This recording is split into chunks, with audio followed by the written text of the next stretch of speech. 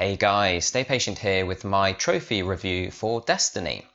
Now this is a platinum that I earned probably around 18 months or so ago, but I thought I'd do a review now because we've had the latest Rise of Iron DLC released, or expansion, and I think now we've got all the trophies that are ever going to exist on Destiny, because the assumption is that next year will be the time that Destiny 2 releases. I don't think we're going to get another big expansion for Destiny 1.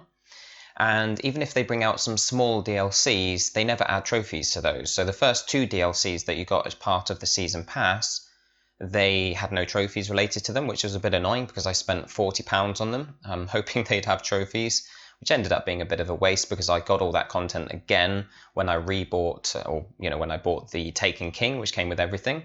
But I'm not here to gripe about the way they charge for for the games. I thought it's the ideal opportunity to go through the trophies, not only for the DLC, but the Platinum itself, as well as the Taken King. We're not going to look at every single one individually, but I wanted to talk to you guys about the difficulty, how enjoyable they are to earn, and how long they may take, because some of you may have held off playing Destiny. If you're a completionist and you like to get 100% of your trophies on every game that you play, then you may have waited for the DLC to all be released before you buy it, and you might be wondering now how difficult the trophies are, because the game has changed dramatically over the past 2 years. Each big expansion has brought a key change to how the leveling works, or at least the Taken King did. So the way you level up is completely different now, and also the content that's available. You can get to a much higher level, which makes the earlier content a lot easier. So all of that comes into play when we look at the difficulty of the trophies. So we're going to bring up the list of trophies here on psnprofiles.com that you should be able to see on screen now. And we're just going to scroll down through, and I've actually looked through these once again because it's been a while since I played the game, or since I played, the base game and earned the base trophies.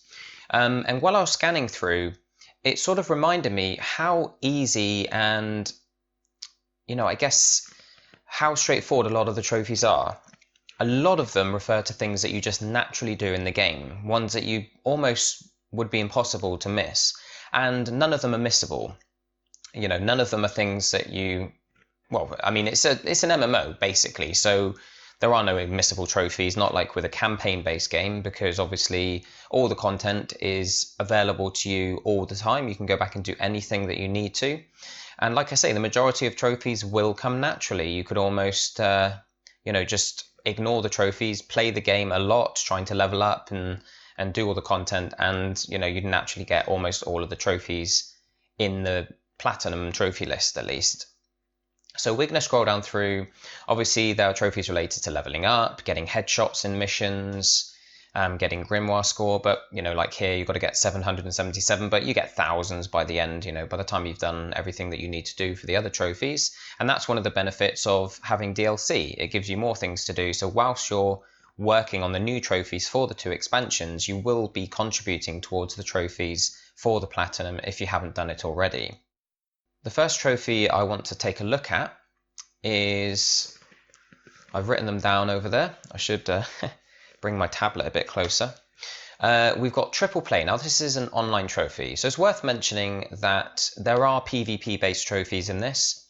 You will need to play in Crucible, but the majority of the PvP trophies just come naturally, or at least if you play enough. It might take some people longer than others, and this is a time consuming Platinum, but they will come eventually. No one's going to struggle. Things like, for instance, the heavy weapon kills. Now, heavy weapons only spawn, once or twice in a match. You don't automatically get ammo. You need to pick up ammo for your heavy. So, you need to be the first one to get there and grab it. So quite often you'll get killed trying to get it because everyone else is trying to grab it as well. But eventually you're going to, be able to access the heavy and get a couple of kills. And because you're going to be playing a lot of PvP anyway for the other trophies, those heavy weapon kills will come eventually. Now, this is the first skill-related PvP trophy, Triple Play. Now, this is a bit of an odd one because it's kind of changed over time.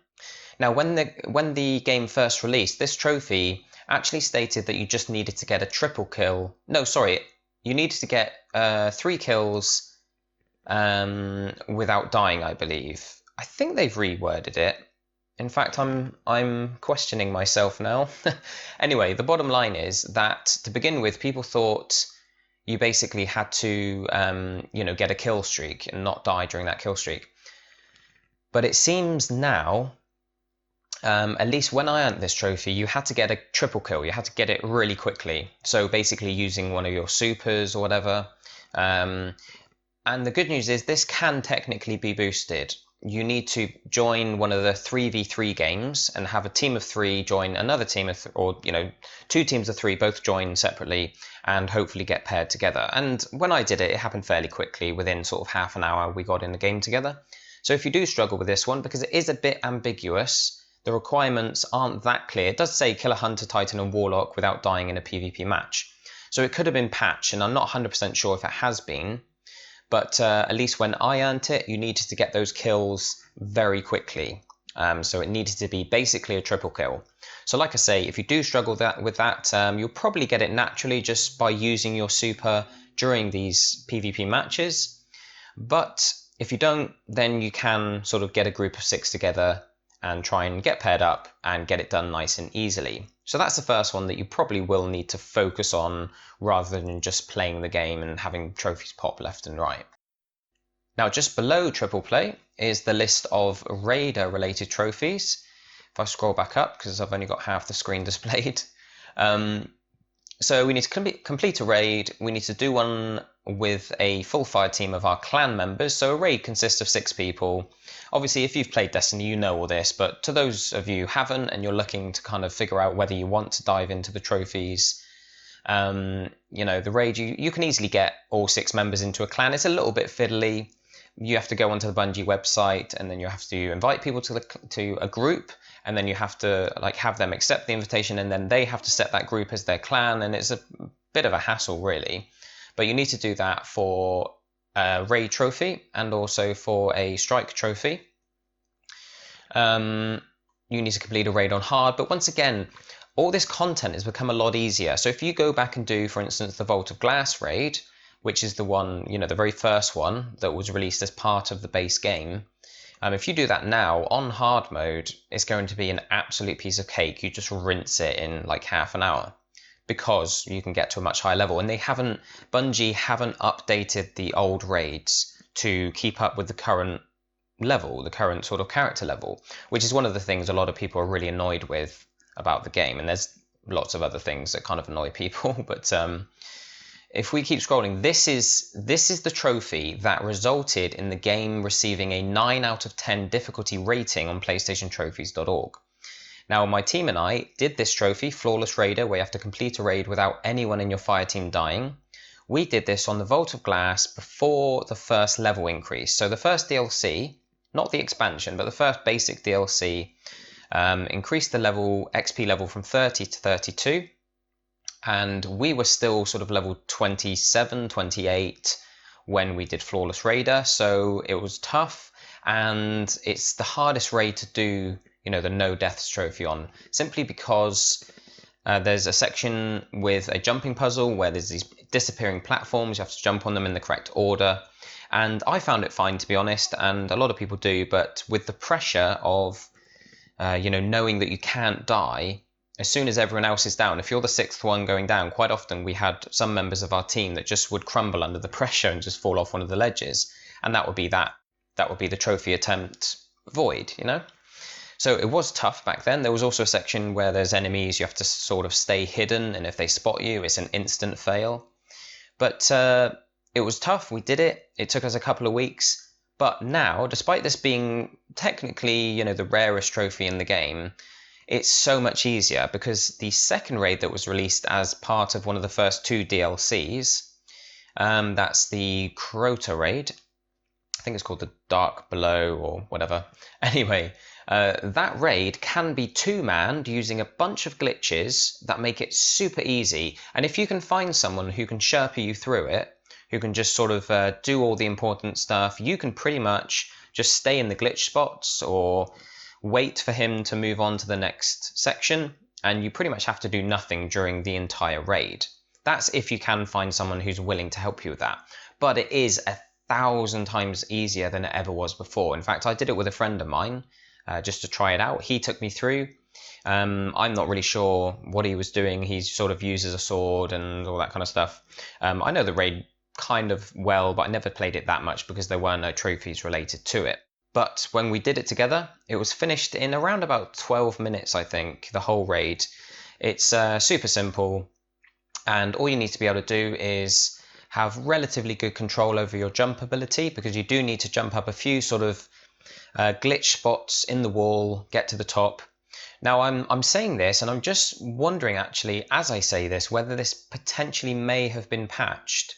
I don't have any specific reason for saying that, but I have noticed that some of the glitch spots in some of the strikes have been fixed with the new DLC, but I think that's because they've updated those strikes to be sort of up to date with the current character level.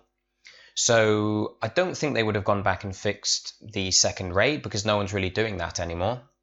And it's not sort of up to date, it's not been leveled up to the current light level. So I think, I think that should still be an option, to be able to two-man the Crota raid and blitz through it with no issues whatsoever.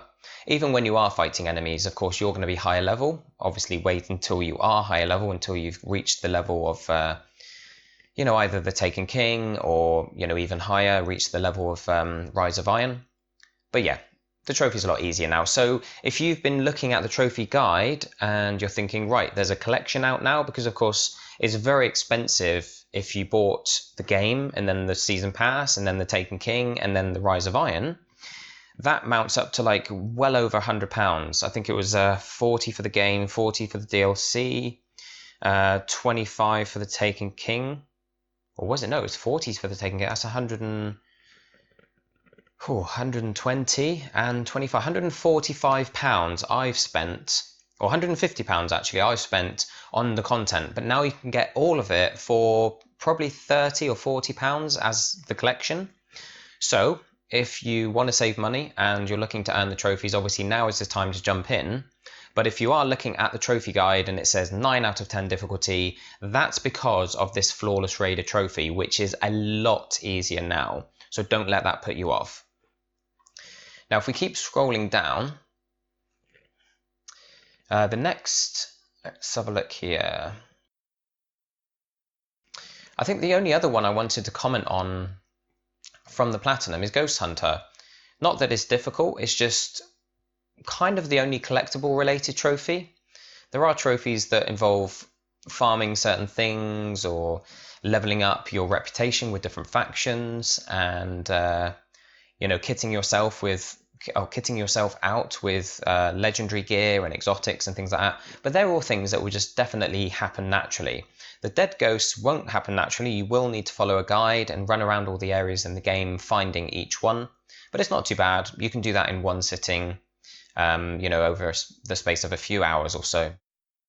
So apart from those, for the most part, the trophy list will just pop naturally. Just play the game, work towards, obviously, the DLC or the expansion trophies. We've got the, where are we? We've got the Taken King here.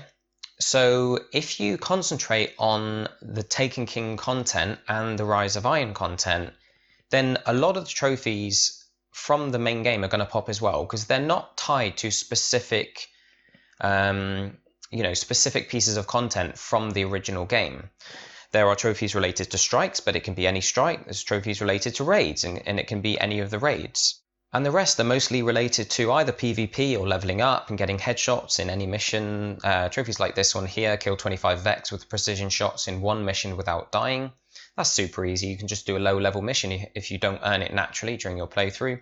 So you can pretty much, because Destiny changed a lot when the Taken King released, it kind of became Destiny the Taken King. The leveling is completely different now, and you can sort of dive straight into the Taken King content. You have these usable items that boost your character level up to a high enough level to be able to start the Taken King. So you could pretty much skip most of the content from year 1 and just dive straight into year 2's expansion here. And the trophies for this expansion are pretty much all mission related. Now, when I say that, I don't mean they're all story mission related. There are a couple from the story mission or in fact I think the Taken King here is the only one. And then you've got the Court of Oryx. All these missions are ones that will either unlock naturally, or you can just check online how to find them, because it might involve leveling up your reputation with a certain vendor or something like that.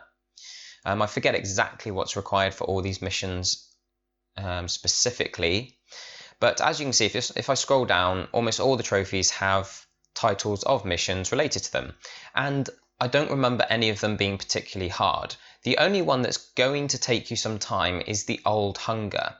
Now there are two missions with the term hunger in. I think one's Hunger Pangs and one's the Old Hunger. And this relates to finding and earning the exotic, which, the Touch of Malice, that's the one. I was forgetting the name for a minute. Now the Touch of Malice is an exotic weapon that is designed specifically for use in the King's Fall raid, which is the raid that came as part of this DLC. So you need to complete the King's Fall raid on normal and on hard. There's no flawless raider trophy here, so you don't need to complete it without dying or anything like that. And it's not too bad. By this point, if you were to jump on LFG, everyone's done the raid hundreds of times. I've done it dozens and dozens of times. Everyone knows it back to front and they blitz through it super easy. So you could easily jump in with a group and they would talk you through what you need to do, and you could get the raid done, as long as you're high enough level, of course. And leveling happens a lot quicker now. So this is another thing that makes the platinum itself much quicker than it was. Not just easier, but quicker, because you can buy gear that, obviously you need the currency to buy the gear, which is marks, which you get for different piece of content in the game, different activities, and breaking down other legendary gear. But you can buy gear that will shoot you up to a higher level than you could ever be during year one. So that makes all year one's content super easy, and that's why I say you can pretty much jump straight into the Taken King. But yeah, like I mentioned, the Old Hunger quest here, that is a long-winded quest, and it does involve finding all of the fragments, the calcified fragments. That's the word. I was thinking again that I was going to forget that term, but yeah, the calcified fragments come in all sorts of different forms. Some of them are sort of discoverable in the open world, or you can grab them during missions. They're just in certain locations around the game. And some of them need to drop from certain bosses, certain activities. You've got the Court of Oryx, which has a trophy related to it. And that's sort of an area where you fight bosses. You have to find certain drops from enemies that you then put into these statues, and that will summon a boss. And the ones to summon the high level bosses are quite rare. The items you need to be able to summon those are pretty rare drops. So this can take you a while, because to be able to get all of the calcified fragments, you don't actually need all of them. I think you need 45 out of 50 or something like that. But to be able to get all of them, you do need to do the raid. Some are in the raid. And you need to do the Court of Oryx. You need to get them to drop from the top level bosses that you can fight. And they're guaranteed drops, but that boss changes once a week. So it's going to take you a few weeks to get all of those. And you need to get the drops that enable you to summon that boss. So this is all stuff that will make sense if and when you play the game. But it does mean that the Taken King is quite time consuming. So most of the missions can be done fairly quick and easily, but the Old Hunger quest is quite drawn out, but it's fun. The Taken King actually kind of got me enjoying Destiny again, because Destiny was one of those games that when it first came out, I was really hyped for it, because it looked like a big open universe we could freely explore. Where it ended up not being that. It was very much, it was more structured than that. It was very kind of, some of the areas are quite big, but it still feels enclosed. And it's very much a case of choosing things from a menu rather than exploring the world freely. So I was disappointed in the game, but when I came to terms with what the game was actually trying to be, I enjoyed it for a while, but then, it became a bit of a grind, and there's a lot of repetition in the game. And if you don't like grinding and farming things, then I wouldn't recommend it. But it's a good game to play if you have friends to play with. It is fun. The actual mechanics and the combat is excellent. It's just frustrating that they didn't put that combat into a more diverse gameplay environment, I guess. The raids are very good, the raids are fun, but the rest of it kind of becomes a drag. So when the Taken King came out, it actually solved some of the issues I had with the game, because the leveling was completely wrong, and the Taken King changed that, it improved it, and the content in the Taken King is kind of fun. It still becomes a grind, and it still is very repetitive, but it gave us a nice chunk of new content to play, a new interesting open world area, and it was good. So I kind of recommend Destiny more now than I did during its first year of release. But then that takes us to the second DLC pack, which has just come out recently, the Rise of Iron. Here we go. Now, as you can see, I haven't finished the game yet. I think I mentioned earlier that one of the trophies, at least, does require several weeks to pass before you can earn it, but I didn't want to wait until I had earned it, because by then, you know, most people, I guess people will have forgotten about Rise of Iron. Not forgotten about it, but, you know, I wanted to get this video up while it was still fairly fresh in people's minds. And like I say, I was talking about the extra content that the Taken King brought us, and that brings me to discuss Rise of Iron, which is another expansion. It's not a DLC like the first two extra bits of content. It is an expansion, but it doesn't give us what the Taken King gave us. There is a new patrol area, but it just feels lifeless and dead. There are some little hidden secrets and bosses and stuff you can fight, but for the most part, it feels like very little thought has gone into designing this new patrol area. When it comes to trophies, they are actually much, much quicker and easier than the Taken King. So if we scroll down, we've got King of the Mountain mission, that's the very first story mission. We've got Rise of Iron, that's the final story mission, and the story takes about 2 hours, if that. The Taken King story took, you know, a decent amount of time. It wasn't ages, but it was several hours at least. And this Rise of Iron is just over with before you even realise it started, and there isn't really any memorable moments from the story. The final boss sort of encounter is kind of cool, but for the most part it's very forgettable, which is a real shame, because this is meant to be, like I said, a proper expansion like the Taken King. But it just falls flat, and it doesn't have anywhere near the amount of content. If we scroll down here, the trophy that's going to take a while to earn, which has been earned by someone, at least one person, which is kind of confusing. Anyway, Student of History, activate all Iron Lord artifacts. So I'm just going to explain how to earn this for those of you watching this who are playing the game, you know. To find an Iron artifact, you need to complete a mission that's given to you by one of the characters in the new social hub. Now, this character will give you this mission once a week, and it basically involves just doing things in the new social area, which is called the Plaguelands. So you literally just get kills, do patrol missions, maybe do the raid which takes place in the Plaguelands. Anything sort of contributes towards filling up your bar. And once you get to 100%, you get an Iron Medallion. And you can trade that for one of the 8 Iron Lord artifacts. And there's, like I say, there's 8 in total, but you can only get 1 per week per character. So if you swap between all your characters, do this mission, which does take a bit of time. And of course, it does mean that you need to complete the story with all 3 characters, because this mission is only available once you've done the story. So that's what I'm doing, because I want to get the trophy done fairly soon. It probably takes longer doing it this way if you add together all the time you spend on the game, because you're having to do 3 characters. But I didn't really want to spread it out over 8 weeks and just do it with 1 character. So you can get 3 of these iron artifacts. Just make sure you buy a different one each time, or trade for a different one each time. And there are 3 available each week, meaning you can get a different one with each of your 3 characters, and then across the space of 3 weeks you'll have all 8.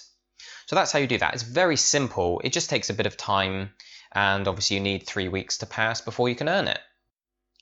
So moving down from there, we have Sing the Iron Song. Now this is something that you'll need a fire team for. I actually did it with, I think there was 4 of us that did it, but you could do it with 3, maybe even 2. Basically, there's a bunch of bells in the new social hub, and you need to activate them in the correct order, but fairly quickly. because there's like a sequence. You have to play the theme tune, and you have to activate them all in the correct order, but if it takes too long between each bell, then it doesn't count as playing the song. So you could do it with two, because there's one that's sort of separated from the others. You could have one stood there, and then the second one could run between the other four that are involved. But it's easier with 3 or 4, even 5 people, however many you want really, and you can have up to 6 people, I think, in a fire team at the social hub. It's not difficult at all, but it's just something that you'll need to keep in mind and something you can come back to do at any time. And then if we keep scrolling down once more, sorry, I keep going too far. Supremacy is a PvP based trophy or mission, and it's super easy. It basically is just an introduction to the new Supremacy game mode. So just grab that quest and you can just basically play Supremacy mode for 10 matches, get a certain number of confirmed kills and denied kills, which involves, it's basically, what do they call it? Kill confirmed, like from Call of Duty. You pick up tags from the enemies that you kill and get a point, or you pick up your teammates' tags and that denies the enemy the chance to pick up that tag. So you need to grab a bunch of tags and get a bunch of kills and all that kind of stuff. It doesn't take too long. You can do it in 10 matches because part of the quest does involve completing 10 matches. And by the time you've done that, you're almost guaranteed to have the other 2 parts of that mission done. So nice and simple and fairly quick. Kovik's Sin is a side quest which will unlock at the end of the story. It doesn't take long. There's a couple parts to it, and I think you need to complete a strike as part of it. Again, it's sort of an introductory quest to one of the new strikes in the game. So it's their way of making sure you try out the new content. The Archons Forge, again, this is very similar to the Court of Oryx. That's the one. We spoke about the Court of Oryx, where you get the calcified fragments dropping from the high-level bosses and things like that. This is kind of similar. You need an item to trigger the Archon Forge, and a boss will spawn, and there's different levels depending on what item you put in.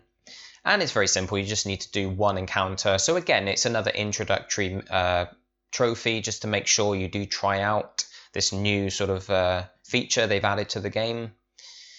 And here we have the 2 trophies related to the raid. Once again, just exactly the same as with the Taken King. We have to complete it on normal and on hard. Now I've completed it on normal. The hard mode raid isn't out yet. I think it's coming out next week. And the raid is actually a lot of fun. This is the one saving grace of the DLC. I still think it's very, very, very overpriced because it doesn't really add anything.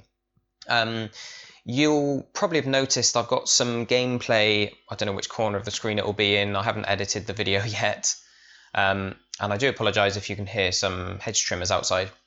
Anyway, I've got some gameplay of some of the strikes, and one of the things they've done is they've sort of adjusted the strikes so they play slightly differently. And some of them have multiple versions. So you might join a strike that you're very familiar with, but then you end up fighting a different type of enemy, or the boss might be different. And that's kind of cool, but it's almost a cheat really. It's a bit of a kind of workaround so that they didn't have to actually make new content. They could just almost reskin the content that already existed. There are 1 or 2 new strikes, which are fine. But for the most part, for £25, this is a lot of money to spend basically on a raid and a new PvP mode. Because Destiny has pretty much become a PvP-based game. The people that are still playing it, play it for the PvP. So they do the weekly... you know what, I can't even remember what the weekend... Oh, Trials of Osiris, that's the one. You can tell how long it's been since I've played Destiny properly, rather than just trying to get these trophies done. But yeah, Trials of Osiris is like the once a week, high level, very competitive PvP mode. And it seems like Bungie are putting everything into PvP because the choices they make benefit PvP, but kind of hurt PvE. The single player content, or the co-op content. You see, they could release some really awesome weapons. Some of the weapons are pretty cool, but none of them really go as far as games like Borderlands with their different perks and things like that. None of them are super interesting and really crazy to use because at the end of the day, if they added that kind of stuff in the game, it would have too much of an impact on PvP, because it carries over. Everything you use, or your gear and your level and everything, carries over between PvP and PvE. It means that any changes they make have to be balanced so it doesn't negatively affect the competition in the PvP side of the game, which kind of hurts the PvE. It feels like they're not really putting any effort into the co-op content. Like I say, the raid is cool. The Wrath of the Machine raid is very good, but it feels like you're paying £25 for the raid and for the Supremacy game mode, because the rest of the content is just basically exactly the same as things we've played before. So, do I recommend Destiny? Well, it's a fun game, but it doesn't reach its potential. I think if you're going to buy it, it's a much better time to buy it now than it was when the game first released, because if you're going to play it for the first time now, then you're going to have all this new content and it's going to feel like a complete product, or at least more like a complete product than the original game did. There is still a lot of repetition, a lot of farming and all that kind of stuff, so if you don't like that, I wouldn't recommend it. And the trophies do still take a long time. They are quicker than they were to begin with, but, you know, they still take a while. The Taken King's going to take you a while. And of course, some of the leveling related stuff is going to take a while, because you do need to reach high enough level to be able to do all these different raids. But it's probably not as bad as you might imagine. I think, you know, anyone could probably do the entire thing in around about 100 hours if you really buckle down and focus on it. So it's still a long platinum, but it's not going to take hundreds and hundreds of hours like some people might assume. And the difficulty is much lower than it was before. So don't be put off by the, you know, the rating on the trophy guide. It's not a 9 out of 10 by any means. It's probably, I'd say, maybe a 5 out of 10 for most people. There is still a challenge involved. It's not a super easy plat that you can just walk your way through, but you know, you'll be earning most of the stuff naturally just by playing the game, leveling up, trying to work towards a high enough level to be able to do the raids, and then of course finding someone who can help you with Flawless Raider. So if you would like an impressive, you know, trophy set on your account, Destiny is one of those that people look at on your collection and think, okay, he spent quite a bit of time on that and, you know, overcome any challenges that have come his way. So, you know, check it out. If you've got the time available, it's a good package now. I don't think it ever was. None of the individual pieces of content were value for money. But if you can buy the whole collection now for £30, £35, that is good value for money. Just be warned that there will be a lot of repetition involved, and you may get annoyed with this game. It's one of those that I really look forward to playing when there's new content, but every single time it disappoints me, because I go back in and I really enjoy the mechanics and everything, but I get bored very, very quickly because it's just the same thing over and over again. So I kind of recommend it, but it's really up to you and your personal taste. Anyway, I've spoken for more than long enough, guys. I don't know how long it's been, but this has been probably quite a long video. I just wanted to sort of share my thoughts on the Platinum, on the new DLC, on the game as a whole, how fun the trophies are to earn. Like I say, there's nothing missable. You don't really need to be checking the trophy list all the time. You can pretty much play the game and then come back to the trophy list when you've done a lot of it and just look at the things you haven't done yet and then go and specifically sort of chase down those trophies. So that is one of the things I do like about games, when they allow you to play without having to constantly look at a guide or, you know, check that you're not missing things. That's what I prefer. So from that standpoint, Destiny is a fun trophy set to earn, and it's a fun game to play if it's your type of thing. So there you go, guys. Thanks very much for watching. I hope this has been at least mildly enjoyable or informative for you. If you have found the video entertaining or helpful, just click that like button and don't forget to subscribe for more trophy-based content. Thanks very much for watching, guys, and I'll catch you all very soon.